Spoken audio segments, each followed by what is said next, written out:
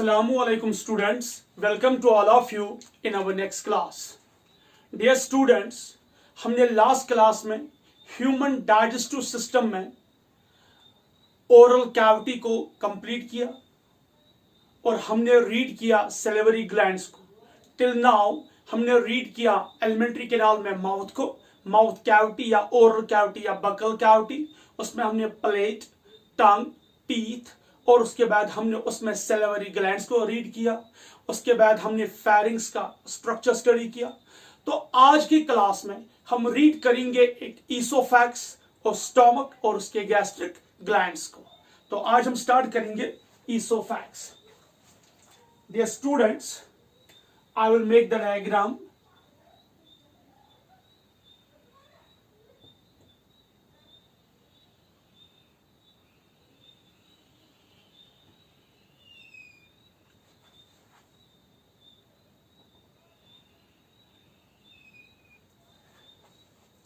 Esophagus, stomach,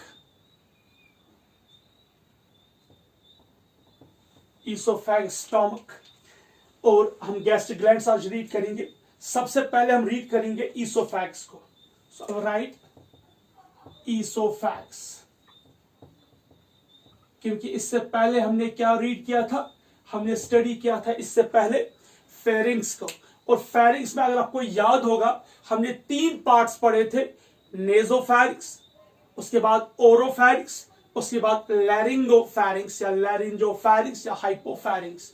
and dear students, अगर आपको याद होगा वहां पे मैंने आपको पढ़ाया था कि जो हमारा लोअर पार्ट ऑफ फेरिंग्स है वहां पे दो ओपनिंग्स है, दो ओपनिंग्स है, एक है गलेट और दूसरा है ग्लॉटिस. जो ग्लॉटिस है वो ओपन होता है ट्रैकिया में, जिससे हम बोलते हैं विंड पाइप, और जो गलेट है ये ओपनिंग है जो ओपन होता है किसमें, ईसोफैगस में. Since we are studying the digestive system, इसलिए हम इस वक्त रीड करेंगे ईसोफैगस. तो यहां पे मैं लेबल करूंगा बेटा, ये है यहां पे अपर ओपनिंग. इस ओपनिंग को हम कहते हैं गलेट. इसका एक और नाम है अपर ईसोफेजियल एपर्चर. तो हम इसे गलेट भी कहते हैं, हम इसे अपर ईसोफेजियल एपर्चर भी कहते हैं. और जो ये ईसोफैगस है ये कहां से स्टार्ट होता है, ध्यान से सुनिए, कहां से स्टार्ट होता है, at the base of hypopharynx, at the base of laryngopharynx. तो सबसे पहले हम देखेंगे ईसोफैगस है क्या. जो ईसोफैगस है ये बिल्कुल एक ट्यूब है जो स्टार्ट होता है एट द बेस ऑफ हाइपोफैरिंग्स और एंड कहां पे होता है, ये ज्वाइन करता है किसके साथ, स्टोमक के साथ. तो ईसोफैगस क्या है, a long tube like structure, tube like structure जो कहां से स्टार्ट होता है, which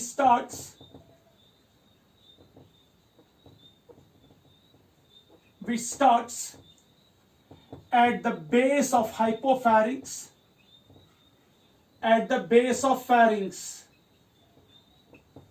at the base of pharynx. So एक long tube like structure जो स्टार्ट होता है कहां से, बेस ऑफ फेरिंग्स से. ये पहला पॉइंट है. इसकी जो अपर ओपनिंग है उसे हमने क्या नाम दिया, गलेट. गलेट है इसका नाम, या इसे एक और नाम हम देते हैं अपर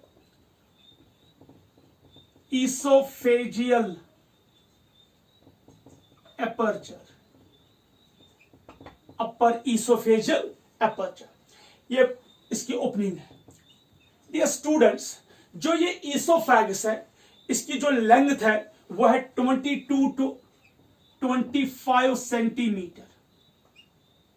यानी कि जो इसकी लेंथ है वो है 22 टू 25 सेंटीमीटर. अब ध्यान से देखिए, ये नेक रीजन है, थ्रोट रीजन है, यहां जो बेस है ये वाला पोर्शन, इस बेस पे ईसोफैगस स्टार्ट होता है और ये मूव करता है वाया थोरेसिक कैविटी. यहां पे हमें डायफ्राम है और ये डायफ्राम को पेयर्स करके किसके साथ ज्वाइन करता है, स्टोमक को. तो जब ये डायफ्राम को पेयर्स करेगा, दैट मींस ये छेद करता है डायफ्राम को, तो उस छेद को, जो डायफ्राम की जो छेद है, जो एपर्चर है, उसके थ्रू ये पास ऑन होता है. I will show it like here. Suppose यहां से ईसोफैगस आ गया और यहां पे ये डायफ्राम है. सपोज ये डायफ्राम है, यह है ईसोफैक्स। तो ये इस डायफ्राम को क्या करता है, पायर्स करता है, छेद करता है, ताकि ये किसके साथ ज्वाइन हो सके, स्टोमक के साथ। Is the clear? सो याद रखिए जो ईसोफैक्स है, इट पायर्स कहां से, through, it pierce through the diaphragm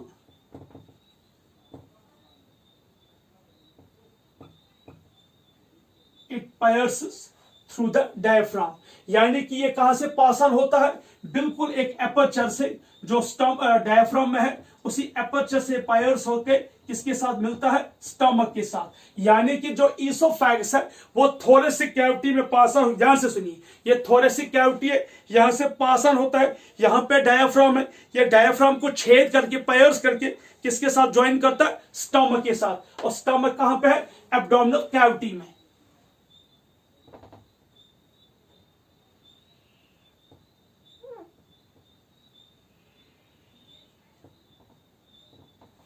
abdominal cavity में। तो ये पायर्स करता है किसे, डायफ्राम को।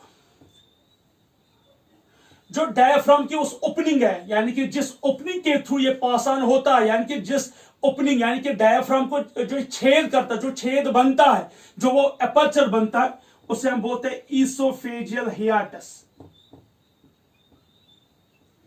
Oesophageal hiatus. तो what is esophageal hiatus? Esophageal hiatus एक ओपनिंग है डायफ्राम पे, जहां से कौन पास ऑन होता है, ईसोफेगस पास ऑन होता है। जो ईसोफेगस है इसकी दो ओपनिंग्स है, right it here, it has two apertures. ध्यान से देखिए, पहला ये एपर्चर है, मैं यहां पे नंबर दूंगा, फर्स्ट एपर्चर। तो जो ईसोफेगस है इसके दो एपर्चर्स है, दो ओपनिंग्स है, राइट हियर टू ओपनिंग्स। जो पहली ओपनिंग है उससे बोलते हैं हम गलेट। गलेट, इट इज, ये क्या है, अपर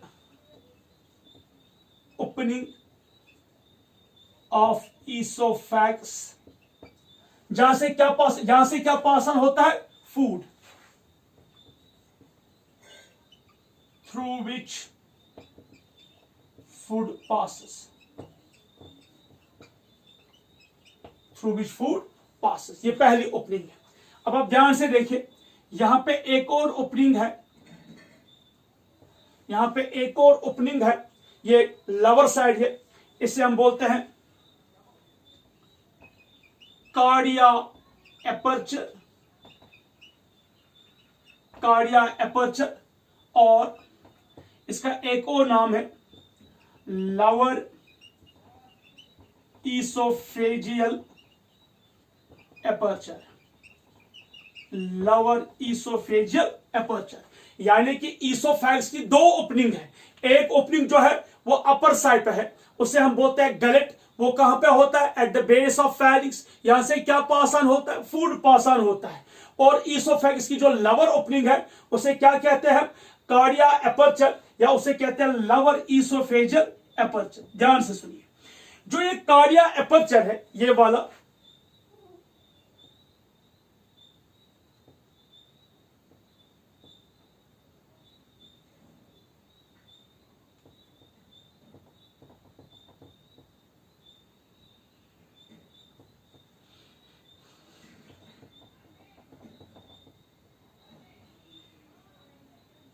जो ये कार्डिया एपर्चर है, ये वाला, वहां पे एक स्फिंक्टर होता है, वैलम नहीं होता, स्फिंक्टर। स्फिंक्टर क्या होता है, स्फिंक्टर हम किसे बोलते हैं, जब दो वॉल्स नजदीक आएंगे और ओपनिंग को क्लोज करेंगे। यहां पे जो ये वॉल्स है, अपोजिट डायरेक्शन की जो वॉल्स है, ये वॉल्स इस ओपनिंग को क्या करते हैं, क्लोज करते हैं, जिसकी वजह से जो स्टमक में फूड आता है वो वापस जो है पासा नहीं होता है। कभी आपने देखा होगा, जब हमारा खाना, जब हम स्वेलो करते हैं, जब हम डेग्लूटिशन करते हैं, फूड कहां पहुंचता है, स्टमक पे, तो स्टमक से फूड वापस नहीं आता है। अब अगर कभी बाई चांस स्टमक से फूड वापस आ जाएगा, वो एक ही कंडीशन में आता है, जब वॉमिटिंग होती है। तो यहां पे याद रखेगा कि जो कार्डिया एपर्चर है, इसको वहां पे एक स्फिंक्टर है, इसका नाम है कार्डिया स्फिंक्टर। Cardia sphincter. तो जो कार्डिया स्फिंक्टर है, it prevents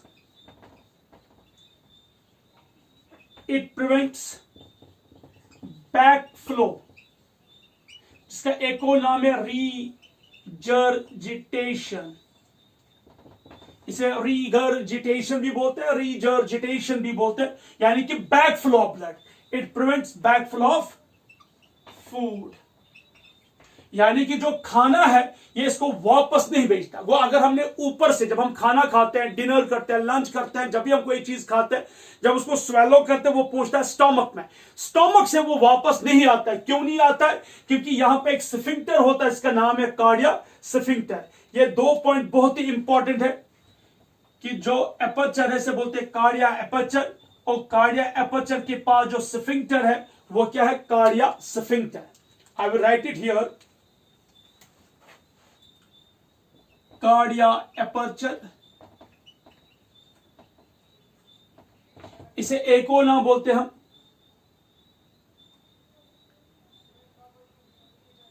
gastro oesophageal aperture. इसे गैस्ट्रो ईसोफेजियल एपर्चर भी बोलते हैं, इसे हम कार्डिया एपर्चर भी बोलते हैं। What is that? कि जब हमने खाना खाया तो खाना जो है वो इस ईसोफेगस के थ्रू कहां ओपन होता है? स्टोमक में, थ्रू दिस ओपनिंग। इसे lower oesophageal aperture, cardia aperture या गैस्ट्रो ईसोफेजियल एपर्चर भी कह सकते हैं। लेकिन इस एपर्चर पे बिल्कुल एक प्लीसमैन होता है, हम कह सकते हैं एक स्फिंक्टर होता है, जो 2 अपोजिट वॉल्स का बना होता है, जो इसको क्लोज करता है, यानी कि वो इसे अलाउ नहीं करता है कि फूड वापस जाए किसमें?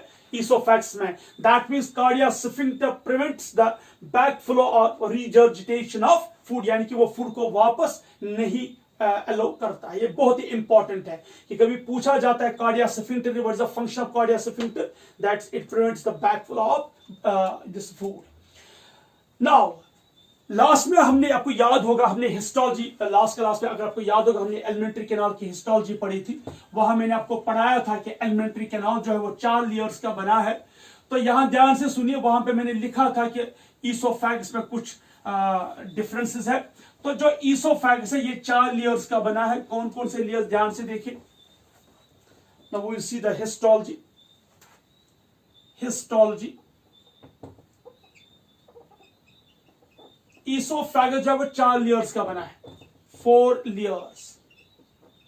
याद होगा आपको, हमने जब एलिमेंट्री कैनाल पढ़ा था तब मैंने वर्ड यूज किया था सिरोसा। मैंने कहा जो एलिमेंट्री कैनाल है वो बना है 4 लेयर्स का, सबसे आउटर मोस्ट जो है वो है सिरोसा। और मैंने वहां पे कहा था कि जो सिरोसा है वो बना है सिंपल, एक तो उसमें होता है एरियोलर कनेक्टिव टिश्यू और उसमें होता है सिंपल एपिथेलियम। अगर आपको याद होगा, मैंने कहा था एक तो एरियोलर कनेक्टिव टिश्यू है और सिंपल एपिथेलियम होता है, सिंपल स्क्वैमस एपिथेलियम होता है। लेकिन वहां पे एक वर्ड यूज किया मैंने कि एक्सेप्ट कौन है? एक तो है ईसोफेगस, दूसरा है असेंडिंग और डिसेंडिंग कोलन, और तीसरा क्या है? रेक्टम। इनमें जो है क्या नहीं पाया जाता है? इनमें सिंपल स्क्वैमस एपिथेलियम नहीं होता है। और हमने एक वर्ड यूज किया था ट्यूनिका एडवेंशिया। तो याद रखिएगा, जो ईसोफेगस है इसकी आउटर मोस्ट लेयर जो है उसे हम कहते हैं tunica adventitia. Tunica adventitia, what do you mean by that? Tunica adventitia यानी कि ट्यूनिका एडवेंशिया मींस कि ये वो लेयर है जिसमें सिंपल स्क्वैमस एपिथेलियम नहीं है, इसमें खाली कनेक्टिव एरियोलर कनेक्टिव टिश्यू होता है। दूसरा क्या है? मस्कुलस एक्सटर्ना, यानी कि इसमें एक्सटर्नल मस्कुलर लेयर है, मस्कुलस एक्सटर्ना। और ये जो मस्कुलस एक्सटर्ना है ये 3 तरह के है, ध्यान से देखिए।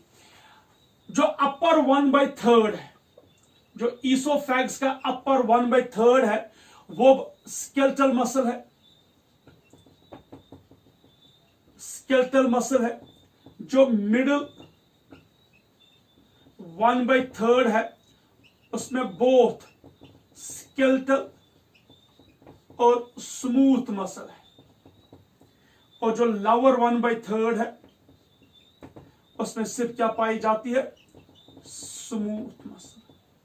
तो ध्यान से सुनिए, अगर हम ईसोफेगस को 3 हिस्से करेंगे, अपर 1/3, मिडिल 1/3, लोअर 1/3। जो अपर 1/3 है उसमें स्केलेटल मसल पाई जाती है, जो मिडिल 1/3 है उसमें स्केलेटल और स्मूथ मसल भी है, और जो लोअर 1/3 है उसमें सिर्फ क्या पाई जाती है, स्मूथ मसल। तो जो मस्कुलरस एक्सटर्ना है, मस्कुलरस एक्सटर्नल जो है वो उसमें जो है वो एक्चुअली मस्कुलर है। तो अपर 1/3 ईसोफेगस का स्केलेटल, मिडिल 1/3 वो skeletal as well as smooth, और लोअर 1/3 सिर्फ स्मूथ मसल। उसके बाद सब म्यूकोजा, सब म्यूकोजा में क्या आते हैं, इसमें ब्लड वेसल्स, लिम्फेटिक्स और नर्व्स पाए जाते हैं। उसके बाद म्यूकोजा, और अगर याद होगा जो म्यूकोजा है, म्यूकोजा में क्या पाया जाता, आपको याद होगा म्यूकोजा में हमने 3 लेयर्स पढ़े थे। एक तो हमने पढ़ा था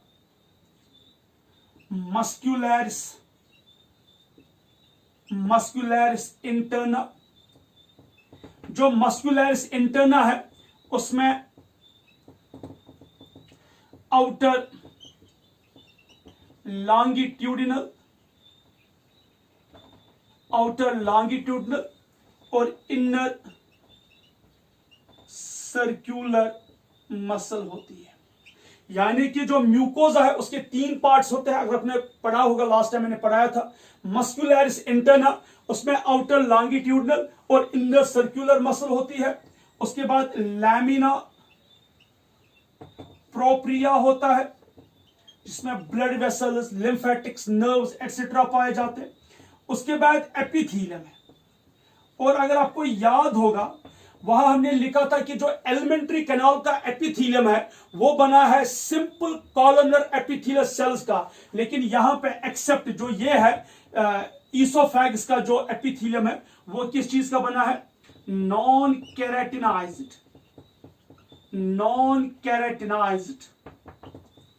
सिंपल स्क्वैमस एपिथेलियम, यानी कि NKSSE, non keratinized simple squamous epithelium. This a very important point कि जो एपिथेलियम किसका है, एलिमेंट्री कैनाल का, यानी कि जो म्यूकोजा, यानी कि epithelium of mucosa of oesophagus is composed of non keratinized simple squamous epithelium, while as the epithelium of mucosa of alimentary canal is composed of simple columnar epithelium, लेकिन यहां पे होता है non keratinized simple squamous epithelium। आप histology of alimentary canal study कीजिए, वहां मैंने सब कुछ पढ़ाया है। तो ये 4 लेयर्स है किसके, ईसोफेगस के। तो ईसोफेगस में ट्यूनिका एडवेंशिया, वहां सिरोसा नहीं होता है। मस्कुलरिस एक्सटर्ना अपर 1/3, skeletal muscle middle 1/3, both skeletal smooth, lower 1/3 smooth muscle. उसके बाद सब म्यूकोजा बना है ब्लड वेसल, लिम्फेटिक्स और नर्व्स का। म्यूकोजा में 3 लेयर्स है। उसका जो एपिथेलियम है वो बना है non keratinized simple squamous epithelium का। तो यहां याद रखिए कि जो म्यूकोजा है ईसोफेगस का, इसमें कोई भी ग्लैंड नहीं है, ये सेक्रेटरी नेचर नहीं है, यानी कि जो म्यूकोजा है ये कुछ भी चीज सेक्रेट नहीं करता है। सो नो डाइजेस्टिव ग्लैंड्स, जब इसमें ग्लैंड है ही नहीं तो hence no secretion of enzymes, hence ये कोई भी एंजाइम सेक्रेट नहीं करता है। जब इसमें डाइजेस्टिव ग्लैंड्स है ही नहीं तो कोई भी एंजाइम सेक्रेट नहीं होता है। इस तरह जो ईसोफेगस है डाइजेशन में कोई हेल्प नहीं करता है, अलबत्ता थोड़ा बहुत म्यूकस ये सेक्रेट करता है, और जो वो म्यूकस है वो ईसोफेगस को क्या करता है, ल्यूब्रिकेट करता है। म्यूकस ल्यूब्रिकेट करता है जिसकी वजह से इजी फ्लो होता है किस चीज का, फूड का, यानी कि फूड जो है वो इजीली पास होगा। That was histology. Now listen, जब हम खाना लेते हैं, हम खाना चबाते हैं, मैस्टिकेट करते हैं, उसके बाद हमें उस फूड को स्वेलो करना होता है। जब हम खाना मुंह में डालते हैं तो हमारे टीथ की मदद से जो फूड है वो छोटे छोटे पीसेस में हम कन्वर्ट करते हैं। उसके बाद क्या होता है, जो हमारे सेलिवरी ग्लैंड्स का सलाइवा होता है वो इस फूड के साथ मिक्स होता है, तो ये बिल्कुल बोलस बनता है। तो हम इस बोलस को जो है स्वेलो करते हैं या डेग्लूटेशन करते हैं, यानी कि वो नीचे आ जाता है। तो जो स्वेलोइंग होती है ये दो फेज में होती है, एक जिसे हम बोलते हैं वॉलंटरी फेज और दूसरा जिसे हम बोलते हैं इनवॉलंटरी फेज। यानी कि जब हम खाने को स्वेलो करते हैं तो ये दो फेजेस में होता है। एक होता है वॉलंटरी फेज में, वॉलंटरी फेज में जो हमारे कंट्रोल में है उसका जो सेंटर है वो होता है सेरिब्रम में। यानी कि first phase is voluntary, that's controlled by the cerebrum. लेकिन जो सेकंड फेज है वो है इनवॉलंटरी, वो हमारे कंट्रोल में नहीं है, बल्कि जो हमारा हाइंड पार्ट ऑफ ब्रेन है वहां पे एक पार्ट है, उसे बोलते हैं पॉन्स वेरोले। तो पॉन्स वेरोले जो है वहां पे एक्चुअली सेंटर है जो हेल्प करता है हमें किसमें, in the swallowing of the food. That mean जो हम खाना स्वेलो करते हैं ये इसको कंट्रोल करता है नर्वस सिस्टम, और इसके दो सेंटर्स है, voluntary centre controlled by cerebrum, involuntary center controlled by pons varolai in the hind part of the brain। और ध्यान से सुनिए, रिफ्लेक्स कहां से आता है, जब हमें खाना बोलस बनता है, जब हम इस खाने को पीछे की तरफ लेते हैं तो जो सॉफ्ट प्लेट है वो सॉफ्ट प्लेट इसके लिए एक रिफ्लेक्स एक्शन जनरेट करता है। तो ध्यान से देखिए,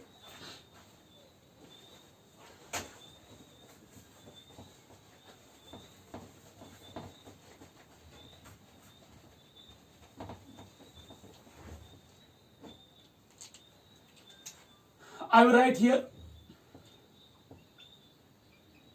swallowing, या ऐसा हम बोलते हैं डेग्लूटिशन, डेग्लूटिशन रिफ्लेक्स।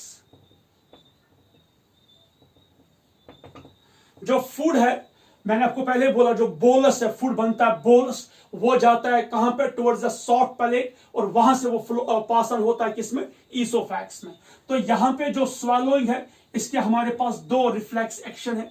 पहला मैंने क्या बोला आपको, वॉलंटरी, यानी कि जो हमारे कंट्रोल में है, वॉलंटरी फेज, इसका सेंटर कहां पे है, सेरिब्रम, यानी कि जो सेरिब्रम है वो इसे कंट्रोल करता है, उसकी मदद से जो है स्वैलोइंग होती है। दूसरा जो है उसे हम बोलते हैं इनवॉलंटरी, इनवॉलंटरी फेज। और जो इनवॉलंटरी फेज होता है, यहां क्या होता है, जो बोलस होता है, टच सॉफ्ट प्लेट, जब खाना किसके साथ टच करता है, सॉफ्ट प्लेट के साथ टच करता है। और आपको याद होगा सॉफ्ट प्लेट में एक पोर्शन से बोलता है यूव्यूला, तो यूव्यूला जो है वो राइज होता है, वो क्लोज करता है नेजोफैरिंग्स को, जिसे नेजल कैविटी को क्लोज करता है, जिसे ईयर पास ऑन नहीं होता है। तो दैट मीन जब हम स्वेलो करते हैं सॉफ्ट प्लेट ऊपर की ओर जाता है, वो नेजल कैविटी को क्लोज करता है, जिसकी वजह से रेस्पिरेटरी साइकिल स्विच ऑफ होता है। अब जब रेस्पिरेटरी साइकिल स्विच ऑफ होती है, आपको याद होगा वहां पे जो ओपनिंग है ग्लॉटिस, वो ग्लॉटिस की जो ओपनिंग है वो क्लोज होती है बाय एपिग्लॉट्स, वो बंद हो जाती है। वो क्यों बंद हो जाती है, क्योंकि हमें क्या करना है, स्वेलोइंग। और स्वेलोइंग के दौरान जो फूड पार्टिकल है वो कहीं पासा ना हो जाए किसमें, ट्रैकिया में। अगर हमने सपोज अगर वो क्लोज नहीं हो गया तो इससे क्या होगा, जो ट्रैकिया है उसकी जो ओपनिंग है ग्लॉटिस वो ओपन हो जाएगी, और वहां उसमें खतरा है फूड पार्टिकल के पास होने का, जिससे वो उसको चोक कर सकता है। इसलिए क्या होता है, जब हमें स्वेलोइंग करनी होती है, जो हमारा इनवॉलंटरी एक्शन होता है उसकी मदद से जो सॉफ्ट प्लेट है वो क्लोज करता है नेजल कैविटी को, रेस्पिरेटरी साइकिल बंद हो जाता है, और जो ग्लॉटिस है वो बंद हो जाती है, और सिर्फ एक ही ओपनिंग ओपन होती है, वो क्या है, गलेट, यानी कि ईसोफैगस की opening. Bolus touch soft palate, uvula closes nasal, या इंटरनेरीज में लिखूंगा, internal nares, due to which, इसकी वजह से क्या होता है, due to which glottis is closed by epiglottis। तो ग्लॉटिस को कौन बंद करता है, epiglottis, and hence bolus passes into the esophagus. तो जो बोलस है वो कहां जाएगा, वो पास आउट होता है ईसोफैगस में. तो याद रखिएगा जो swallowing होती है या डेग्लूटिशन होती है ये दो फेजेस में होती है. इसके दो कंट्रोलिंग पावर है. एक है वॉलंटरी फेज जिसे कंट्रोल करता है सेरिब्रम, और दूसरा इनवॉलंटरी फेज. इनवॉलंटरी फेज कहां पे है, यहां मैं लिखना भूल ही गया था. I will write it here. Pons varolii. ये pons varolii hind part of brain में होता है. इसकी वजह से होता है. कैसे, जो बोलस है वो टच करता है सॉफ्ट पैलेट को, जिसकी वजह से जो एक रिफ्लेक्स एक्शन जाती है कहां पे, टुवर्ड्स द पोन्स वेरोले. और पोन्स वेरोले ओव्यूला को एक मैसेज देता है जो ऊपर होके क्लोज करता है इंटरनल नेरीज को, जिसकी वजह से ग्लॉटिस क्लोज हो जाता है बाय एपिग्लॉटिस. और बोलस जो है इजिली पास ऑन होता है किसमें, ईसोफैगस थ्रू. कहां से पास ऑन होगा, थ्रू गलेट. थ्रू गलेट, वो गलेट से इजिली पास ऑन होता है. तो इस तरीके से स्वेलिंग होती है और इस तरह से फूड जो है पास ऑन होता है कहां पे, through the alimentary canal, through the esophagus. That was all about the esophagus. तो हमने ईसोफैगस में तीन चीजें पढ़ी. पहले हमने स्ट्रक्चर देखा ईसोफैगस का, उसके बाद हमने देखा वहां पे दो ओपनिंग्स है, जिसकी एक ओपनिंग अपर ईसोफेजल एपर्चर से हम बोलते हैं गलेट, और दूसरा है कार्डियो एपर्चर या उसे हम बोलते हैं गैस्ट्रो ईसोफेजल एपर्चर. उसके बाद हमने हिस्टोलॉजी पढ़ी और हमने देखा गैस्ट्रो ईसोफेजल एपर्चर को क्लोज करता है कार्डिया स्फिंक्टर. फिर हमने हिस्टोलॉजी, और हिस्टोलॉजी के बाद स्वॉलोइंग डिग्लूटिशन रिफ्लेक्स एक्शन हमने पढ़ा. अब इसोफेगस के बाद हम क्या पढ़ेंगे, स्टमक. आप ये नोट कीजिए, इसके बाद हम क्या पढ़ेंगे, स्टमक. हम स्टूडेंट्स अब हम दूसरा स्ट्रक्चर, दूसरा ऑर्गन पढ़ेंगे, दैट स्टमक. ईसोफेगस के बाद हम पढ़ेंगे stomach. I'll draw the diagram first.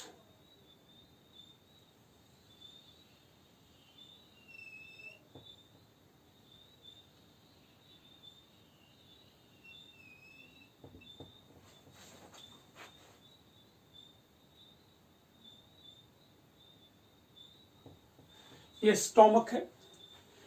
जो स्टोमक है ये जे शेप्ड ऑर्गन है, बिल्कुल जे की तरफ दिखता है. जे शेप्ड ऑर्गन है जो पाया जाता है हमारे एब्डोमिनल कैविटी में, लोअर एब्डोमिनल कैविटी में. और ये होता है कहां पे, ऑन द लेफ्ट साइड या right side. Actually during development में राइट साइड बनता है दाएं साइड से, लेकिन उसके बाद ये टर्न लेता है 180 डिग्री एंगल और आता है किस साइड से, टुवर्ड्स द लेफ्ट साइड. क्यों, क्योंकि जो राइट साइड है वहां पे लिवर होता है, तो लिवर की वजह से ये टर्न लेता है टुवर्ड्स द लेफ्ट साइड. तो ये लेफ्ट साइड में होता है. इसके सराउंडिंग में कुछ ऑर्गन्स है, जैसे ऊपर की तरफ इसको डायफ्राम है, लेफ्ट साइड की तरफ इसको ऊपर की तरफ से स्प्लीन है, नीचे की तरफ इसको पेनक्रियाज है. इस तरह राइट साइड में उसको लिवर और गॉल ब्लैडर होता है, और नीचे की साइड से इसको क्या है, इंटेस्टीन पाए जाते हैं. यह है कार्डिया एपर्चर जो अभी हमने पढ़ा. कार्डिया एपर्चर, क्योंकि इसी एपर्चर के थ्रू जो फूड है वो कहां आता है, स्टमक में, और यहां पे पाया जाता है कार्डिया स्फिंक्टर. कार्डिया स्फिंक्टर, ठीक है बेटा. हम स्टमक को देखेंगे. यहां पे पहले क्या है, ये जे शेप्ड डिस्टेंसिबल, बिल्कुल ठेले के जैसा डिस्टेंसिबल ऑर्गन. ठीक है. पूरे एलिमेंट्री कैनाल में सबसे वाइडेस्ट पार्ट जो है वो यही है, यानी कि सबसे जो इसका डायमीटर है, सबसे ज्यादा डायमीटर इसी का है. Widest part of alimentary canal, यानी कि पूरे एलिमेंट्री कैनाल का ये सबसे क्या है, वाइडेस्ट पार्ट. कहां पाया जाता है, एब्डोमिनल कैविटी. इसकी जो लोकेशन है वो क्या है, एब्डोमिनल कैविटी. किस किसके बीच में, ईसोफैगस और स्मॉल इंटेस्टाइन के बीच में, यानी कि ड्यूडेनम के बीच में. प्रेजेंट इन बिटवीन ईसोफैगस, यानी कि एक तो ये ईसोफैगस और दूसरा क्या है, ड्यूडेनम के बीच में पाया जाता है। ठीक है बेटा। सो जो स्टोमक है बिल्कुल एक सैक लाइक स्ट्रक्चर है, ठेले के जैसा है, जे शेप्ड ऑर्गन है। पाया कहां जाता है, एब्डोमिनल कैविटी में, सबसे वाइडेस्ट पार्ट है एलिमेंट्री कैनाल का, और ये ईसोफैगस और ड्यूडेनम के बीच में पाया जाता है। स्ट्रक्चर जो स्टोमक है इसके 4 पार्ट्स हैं। कितने पार्ट्स है, 4 पार्ट्स। ध्यान से देखिए, सबसे पहले जो आएगा टॉप पे वो है फंडस। ये देखिए, ये है फंडस, ये वाला पार्ट सबसे टॉप पे है, इसलिए से हम क्या बोलते हैं, फंडस। तो फंडस जो है पहला, फंडस जो है it forms, it's a top most part of stomach. ये स्टोमक का टॉप मोस्ट पार्ट है। फंडस के नीचे जो पार्ट है उसे हम कहते हैं कार्डिया। उसके बाद कार्डिया, कार्डिया जो ये क्या करता है, रिसीव, इट रिसीव्स फूड कहां से, फ्रॉम ईसोफैगस। कार्डिया जो है फूड को रिसीव करता है, कहां से फूड को रिसीव करता है, ईसोफैगस से, through oesophageal aperture, through oesophageal aperture, यानी कि जो ईसोफेजियल एपर्चर है वहीं से ये खाने को रिसीव करता है। कार्डिया के नीचे जो है that's body.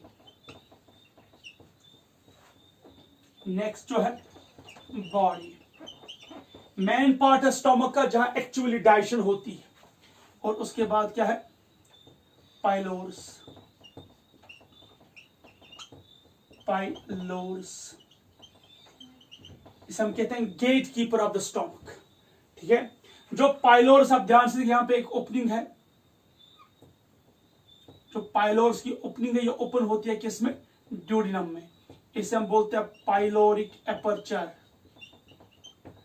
Pyloric aperture, pyloric aperture. जिस तरह यहां पे एक ओपनिंग है ऊपर से, जब हम खाना, जैसे हमने भी खाना खाया तो खाना जो ओपन होता है स्टोमक में थ्रू ईसोफेजियल एपर्चर, इसी तरह यहां स्टोमक से जो खाना निकलता है डाइजेस्ट होके कहां पे, इनटू द ड्यूडेनम, वो यहीं से निकलता है पाइलोरिक एपर्चर से। और पाइलोरिक एपर्चर को कंट्रोल करता है पाइलोरिक स्फिंक्टर, पाइलोरिक स्फिंक्टर। याद रखिए हमने 2 चीजें पढ़ी है, कार्डिया, मैं यहां पे लिखूंगा,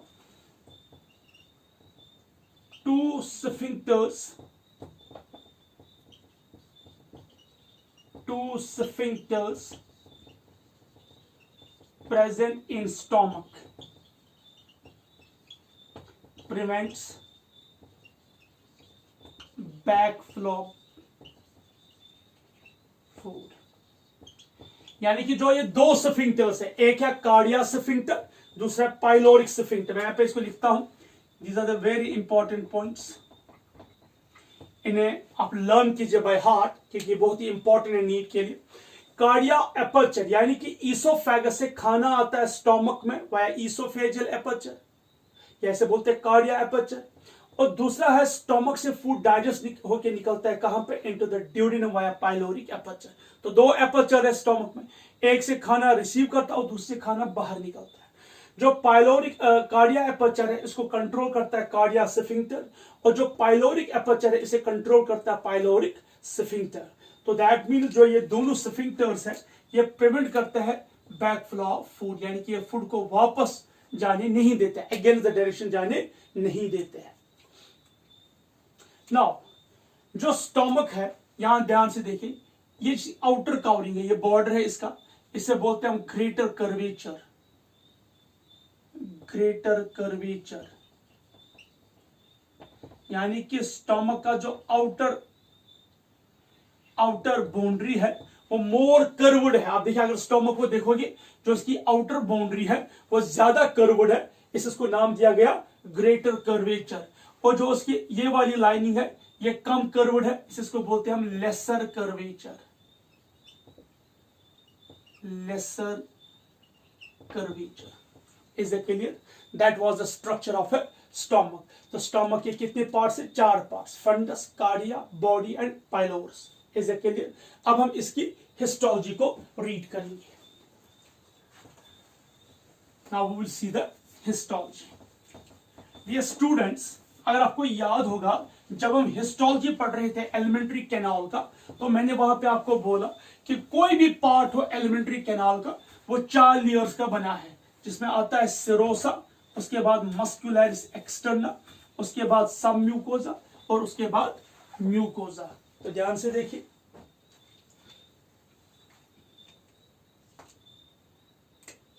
हिस्टोलॉजी, स्टोमक की हिस्टोलॉजी हम देखेंगे। हिस्टोलॉजिकली जो स्टोमक है ये बना है 4 लेयर्स का, इसमें 4 लेयर्स है। 4 लेयर्स कौन कौन सा? ध्यान से देखिए, सबसे बाहरी ओर इसे हम बोलते हैं सिरोसा, इसे हम क्या बोलते हैं? सिरोसा। दूसरा जो है उसे हम बोलते हैं मस्कुलरिस एक्सटर्ना। Muscularis externa. जो मस्कुलरिस एक्सटर्ना है इसमें क्या क्या है? Outer longitudinal, muscle, middle circular muscle and inner oblique muscle. यहां पे ये पॉइंट आपको याद रखना जरूरी है। कोई भी एलिमेंट्री कैनाल हो, उसका जो मस्कुलरिस एक्सटर्ना है वो सिर्फ 2 ही लेयर्स का बना है, आउटर लॉन्गिट्यूडनल और इनर जो है उसे हम बोलते हैं सर्कुलर मसल। लेकिन यहां पे जो सिर्फ स्टोमक एक ऐसा ऑर्गन है एलिमेंट्री कैनाल में जहां क्या पाया जाता है? जहां 3rd लेयर पाई जाती है, जिसे हम कहते हैं इनर ओब्लिक मसल। तो जो इनर ओब्लिक मसल है ये सिर्फ और सिर्फ किसमें पाई जाती है? स्टोमक में। इसलिए जो स्टोमक है इसमें थिकेस्ट वॉल होता है, थिकेस्ट वॉल। तो कभी क्वेश्चन पूछा जाता है कि किस पार्ट ऑफ एलिमेंट्री कैनाल पे थिकेस्ट वॉल है, वो कौन है? स्टोमक। उसके बाद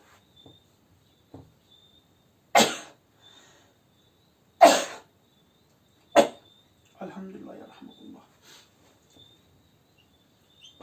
सब म्यूकोजा, इसमें पाए जाते हैं blood vessels, lymphatics and nerves.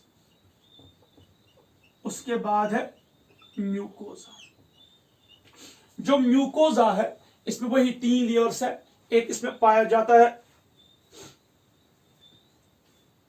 जाता है मस्कुलरिस इंटरना, उसके बाद लैमिना प्रोप्रिया और उसके बाद एपिथेलियम। ना यहां पे याद रखिए, जो म्यूकोजा है, जो स्टोमक का जो म्यूकोजा है, इसमें ये प्रोड्यूस करता है, आपको मैंने बोला था रूगे। ये प्रोड्यूस क्या करता है? रूगे प्रोड्यूस करता है। रूगे क्या है? ये फोल्ड्स है, इन्हें हम बोलते हैं gastric folds. Gastric folds which play role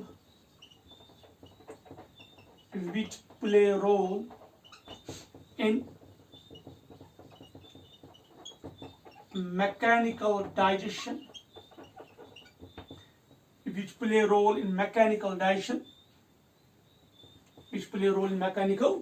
यानी कि जो गैस्ट्रिक फोल्ड्स है इन्हें बोलते हैं रूगे, गैस्ट्रिक रूगे बोलते हैं इनको। ये हेल्प करते हैं in the mechanical digestion of food, ये हेल्प करते हैं in the churning of the food, ये फूड को मिक्स करने में मदद करते हैं। यानी कि जब खाना पहुंचता है स्टोमक में तो उस खाने को मिक्स करते हैं सो दैट उस पर थॉरोली एक्ट करेंगे डाइजेस्टिव एंजाइम्स और डाइजेस्टिव जूस।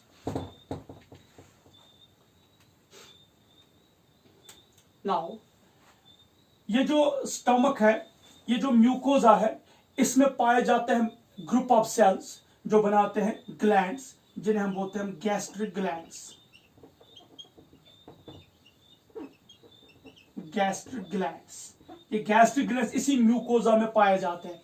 यानी कि जो म्यूकोजा की एपिथेलियम है वो होती है कॉलमनर शेप्ड, वो सेक्रेटरी नेचर है और वो एक जूस सेक्रेट करता है जिसको हम बोलते हैं गैस्ट्रिक जूस। तो दैट मीन्स जो epithelium of mucosa of stomach है that causes a lot of cells which secrete something, hence constitutes gastric glands।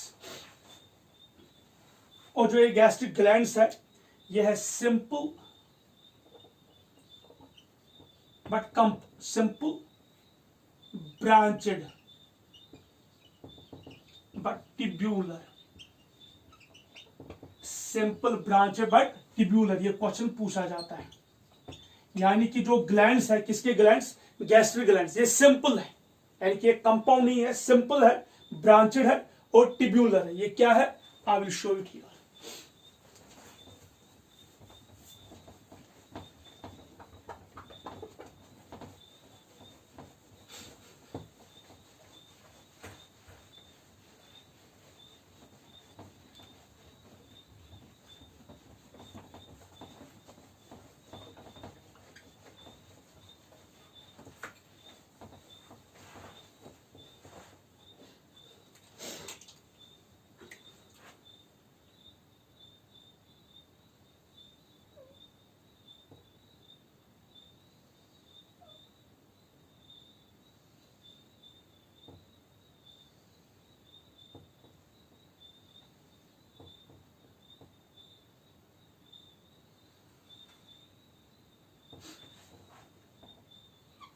इस तरह है, सिंपल।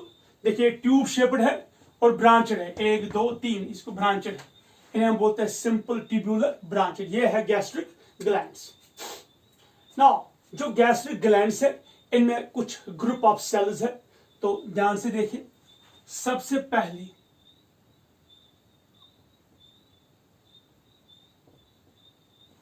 उसे हम बोलते हैं म्यूकस नेक सेल। तो पहली सेल जो है वो है म्यूकस नेक सेल। ये नेक शेप्ड होती है, कॉलमनर है in nature but neck shaped होती है। ये क्या सेक्रेट करती है? म्यूकस। म्यूकस में क्या पाया जाता है? म्यूकस में होता है वाटर और बाइकार्बोनेट। ये प्रोटेक्ट करते हैं, protects the wall of stomach, the wall of stomach from HCl। यानी कि जो ये म्यूकस नेक सेल है ये प्रोड्यूस करता है म्यूकस, थिक जल म्यूकस होता है, और वो जो थिक जल म्यूकस है वो वाटर और बाइकार्बोनेट का बना होता है।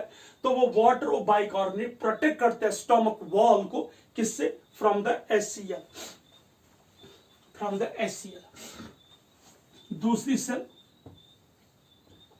इसे बोलते हैं ऑक्जेंटिक सेल, या इसे हम बोलते हैं पैराइटल सेल भी।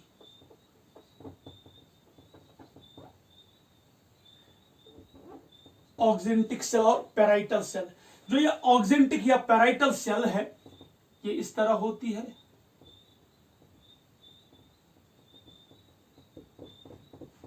ये सेक्रेट करती है HCl plus casteless intrinsic factor.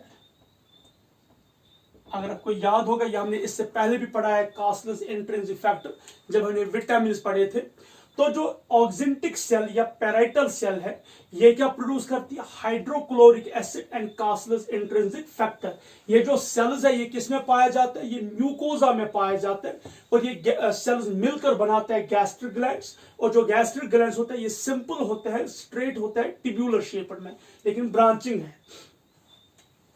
Hydrochloric acid और casteless intrinsic factor.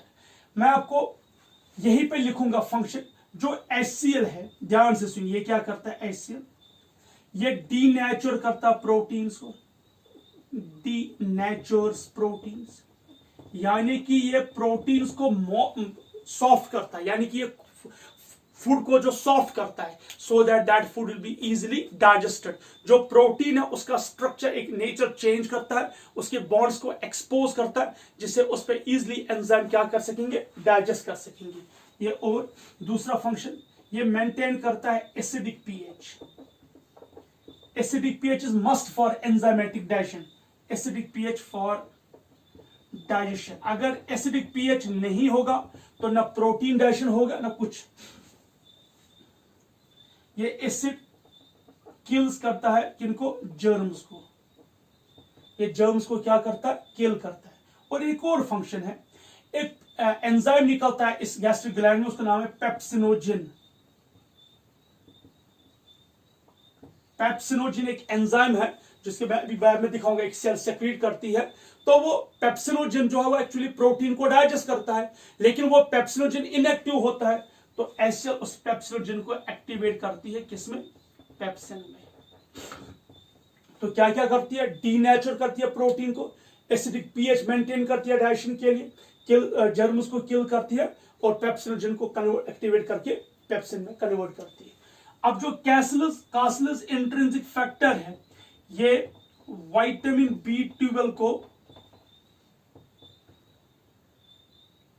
कासलस intrinsic factor binds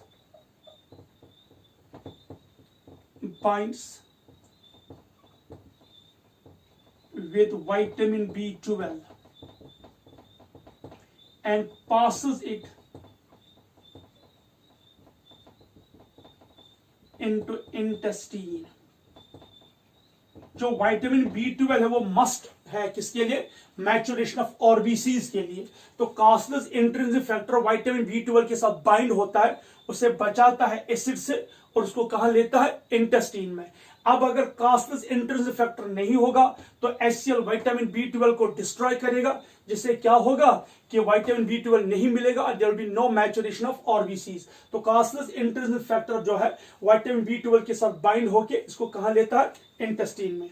तो ये दोनों जो है इंपॉर्टेंट, HCl भी और कासलस इंट्रिंसिक फैक्टर भी। कौन से सेल सेक्रेट करता है, इस पर भी क्वेश्चन पूछा जाता है। कौन एक्टिवेट करता है पेप्सिनोजिन को, इस पर भी क्वेश्चन पूछे जाते हैं। थर्ड सेल जो है वो है पेप्टिक सेल। पेप्टिक सेल या उससे बोलते हैं हम चीफ सेल, या उससे हम बोलते हैं जाइमोजन सेल्स भी। ठीक है, पेप्टिक सेल, चीफ सेल या जाइमोजन सेल। ये कुछ एंजाइम सेक्रेट करते हैं, लाइक पेप्सिनोजिन, ये इनएक्टिव फॉर्म में रिलीज होता है। पेप्सिनोजिन जिसे एक्टिवेट करता है कौन, HCl। ठीक है, और प्रोरेनिन और ENNIN, ये डबल एन है, ये सिंगल एन नहीं है, और ई। अगर हम लिखेंगे और ENIN वो हार्मोन होता है, इट्स और ENNIN। पेप्सिनोजिन एक्चुअली प्रोटीन को डाइजेस्ट करता है, प्रोटीन्स को डाइजेस्ट करता है। जो प्रोरेनिन है, ये मैं आपको लेटर में बताऊं, जब हम फिजियोलॉजी ऑफ डाइजेशन पढ़ेंगे उस वक्त हम पढ़ेंगे। प्रोरेनिन एक्चुअली कर्ड बनाता है। जो ये होता है कॉफ, या जो छोटे बच्चे होते हैं, दूध पीने वाले बच्चे होते हैं, तो वो एक्चुअली उनका जो गिजा होती है, जो नवजायदा बच्चे होते हैं उनकी जो गिजा होती है वो दूध होती है। तो जब वो माँ का दूध पीते हैं तो दूध कुछ टाइम के लिए उनके स्टोमक में स्टोर होना चाहिए, लेकिन जब दूध ज्यादा देर के लिए स्टोर रहेगा स्टोमक में, वो एक्चुअली उसकी वजह से एब्डोमिनल क्रैम्प्स हो सकती है, उसमें कुछ बैड स्मेल आते हैं, उस पर बैक्टीरिया अटैक करते हैं। इसलिए हमें उस मिल्क को कन्वर्ट करना पड़ता है कर्ड में, तो वो कौन करता है, प्रोरेनिन। और स्मॉल अमाउंट में एक और एंजाइम निकलता है जिसका नाम है गैस्ट्रिक लाइपेज। गैस्ट्रिक लाइपेज जो है ये स्मॉल अमाउंट में निकलता है, इन स्मॉल अमाउंट। ठीक है, सो पेप्टिक सेल या चीफ सेल 3 एंजाइम सेक्रेट करती है, ये बहुत ही इंपॉर्टेंट है। एक है पेप्सिनोजिन, ठीक है बेटा, दूसरा है प्रोरेनिन, और तीसरा क्या है, स्मॉल अमाउंट में गैस्ट्रिक लाइपेज। नेक्स्ट, जो पाइलोरिक पार्ट होता है वहां पे कुछ और सेल्स पाए जाते हैं, पहले मैं दिखाऊंगा।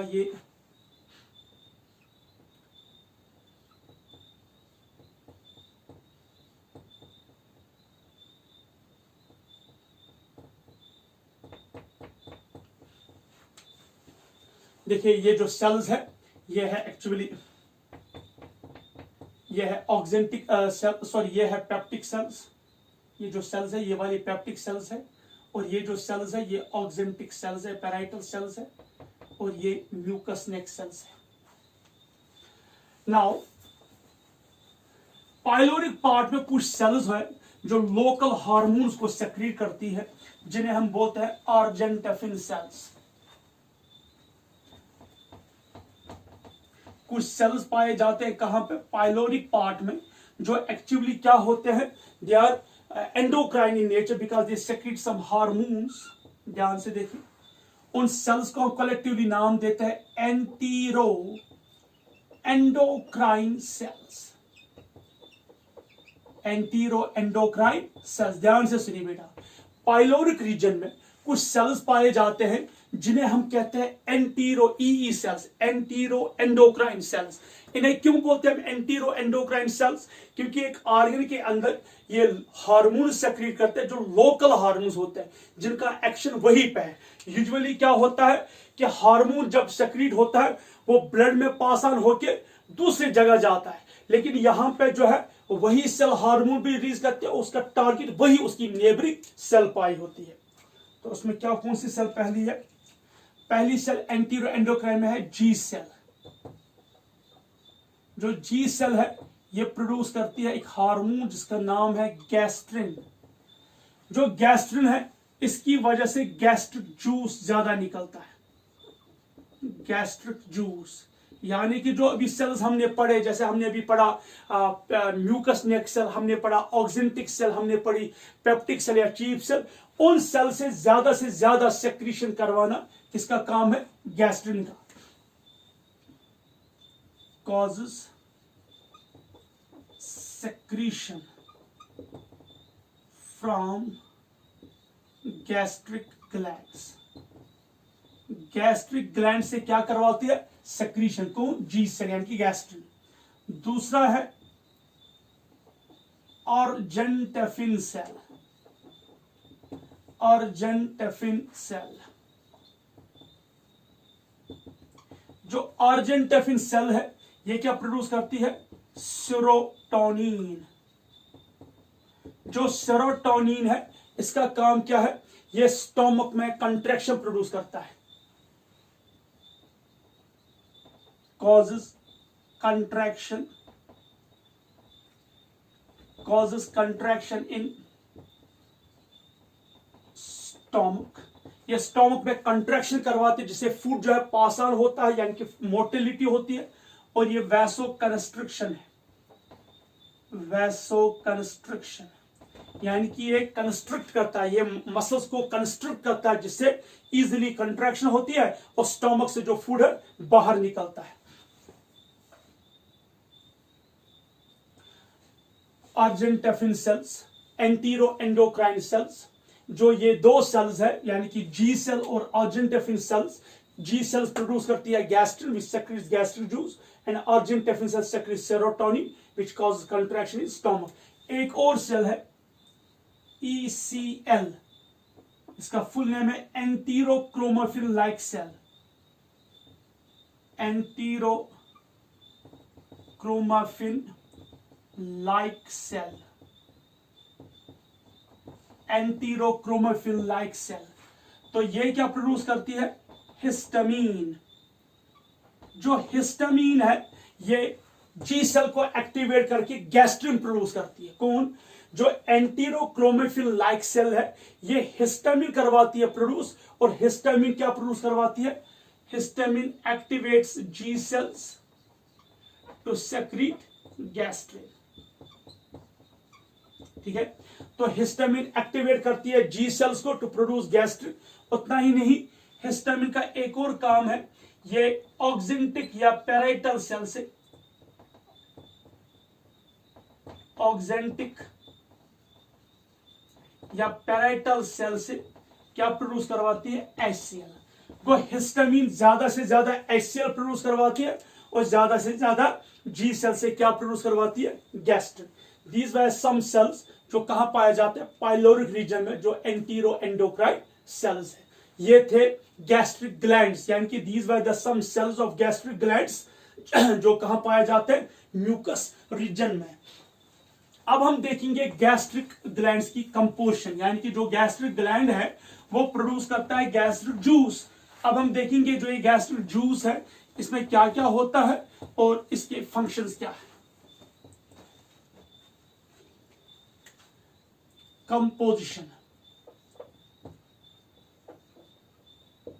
Composition of gastric juice.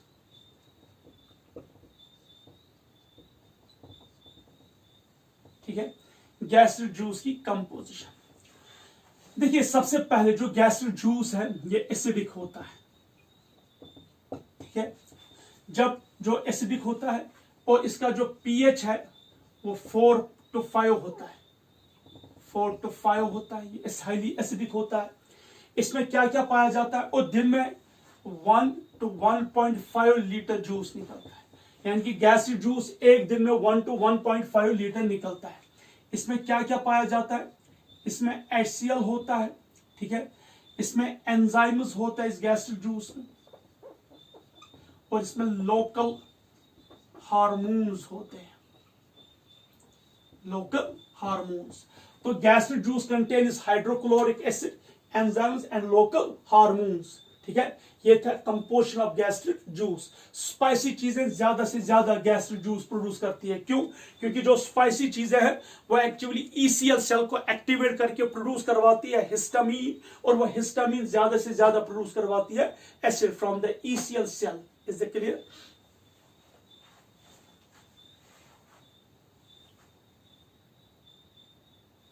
एक पॉइंट याद रखिएगा, वो है पेप्टिक अल्सर्स। पेप्टिक अल्सर्स हम सिंपली कहते हैं स्टोमक अल्सर्स। ये क्या होता है पेप्टिक अल्सर्स या स्टोमक अल्सर्स? ध्यान से सुनिए। अगर स्टोमक में नॉर्मल से ज्यादा एसिड निकलेगा तो ये एसिड जो है ये अपर लेयर को, स्टोमक की अपर लेयर को डैमेज कर सकता है, तो जिसकी वजह से वहां पे जो म्यूकोजा वो डैमेज होगा। या अगर कंटिन्यूअसली स्टोमक में एसिड निकलेगा, जैसे अगर स्टोमक खाली है, इसमें कुछ भी नहीं, या इंसान ने कुछ नहीं खाया तब भी एसिड निकलता है, यानी कि अगर through over the day continuously stomach से एसिड निकलता है और इवन स्टोमक खाली भी है, तो उस एसिड से क्या होगा, जो म्यूकोजा की लेयर है वो डैमेज होती है। जैसे एक बैक्टीरियल इन्फेक्शन है जिसका नाम है Helicobacter. Helicobacter pylori. Helicobacter pylori एक बैक्टीरिया है जो एसिडोफिलिक बैक्टीरिया है, कि एसिड लविंग बैक्टीरिया है। तो ये बैक्टीरिया क्या करता है, अगर ये स्टोमक में होगा तो ये ज्यादा से ज्यादा एसिड प्रोड्यूस करवाता है। क्यों करवाता है ज्यादा से ज्यादा एसिड प्रोड्यूस? क्योंकि ये एसिडोफिलिक है, एसिड इसका खाना है, इसको एसिडिक एनवायरनमेंट में अच्छा लगता रहना, तो ये स्टोमक से ज्यादा क्या प्रोड्यूस करवाता है, एसिड प्रोड्यूस करवाता है। तो अगर स्टोमक से ज्यादा एसिड निकलेगा तो स्टोमक की जो अपर लेयर है म्यूकोजा, ये उस म्यूकोजा को डैमेज करेगा। जब म्यूकोजा डैमेज होगा तो वहां पे जो है जख्म पैदा होते हैं, वाउंड्स पैदा होते हैं, और जब स्टोमक से एसिड निकलेगा तो एसिड जब उन वाउंड्स पे टच करेगा तो उनसे क्या होता है, दर्द होता है। जैसे अगर हमारे सपोज हमें हाथ पे कहीं पे जख्म है, उस पर हम एसिड डालेंगे तो एसिड से हमें दर्द होगा, पेन होगी, उन्हें हम बोलते हैं अल्सर्स। तो हमें इंश्योर करना चाहिए अननेसेसरी हमारे स्टोमक में कभी एसिड नहीं होना चाहिए, और हमें हमेशा अपने स्टोमक को खाली भी नहीं रखना चाहिए। थोड़ा थोड़ा कुछ ना कुछ फूड होना चाहिए जो हमारे एसिड को एब्जॉर्ब कर सके, और हमें फ्लूइड्स बहुत ज्यादा लेने चाहिए, क्योंकि जो फ्लूइड्स है वो स्टोमक को क्या करते हैं, न्यूट्रलाइज करते हैं। By this we have completed stomach and the gastric glands. तो आज की क्लास में एक तो हमने पढ़ा ईसोफैक्स स्ट्रक्चर, उसके हिस्टोलॉजी और उसका एक्शन की किस तरीके से जो फूड है वो स्वेलो होता है किसमें, इनटू द ईसोफैक्स। फिर हमने स्टोमक का स्ट्रक्चर पढ़ा, उसके बाद हमने स्टोमक में जो म्यूकोजा है उसके में ग्लैंड्स पाए जाते हैं, गैस्ट्रिक ग्लैंड्स, वो हमने देखा, उनकी सेल्स और उनकी कंपोजिशन। उन हर एक एंजाइम हो या हार्मोन हो या कोई जो है एसिड हो, इनका एक्चुअल काम क्या है वो हम पढ़ेंगे कहाँ पे, जब हम फिजियोलॉजी स्टार्ट करेंगे। नेक्स्ट क्लास में हम पढ़ेंगे इंटेस्टीन, और ये लास्ट पार्ट होगा एलिमेंट्री कैनाल का, इंटेस्टिन और इंटेस्टिनल ग्लैंड्स। उसके बाद हम लिवर और पेनक्रियाज पढ़ेंगे। तो by this we will complete the whole structure of digestive system. उसके बाद रहेंगे सिर्फ physiology of the digestion. Till then happy learning and have a good day. अस्सलामु अलैकुम व रहमतुल्लाहि व बरकातहू।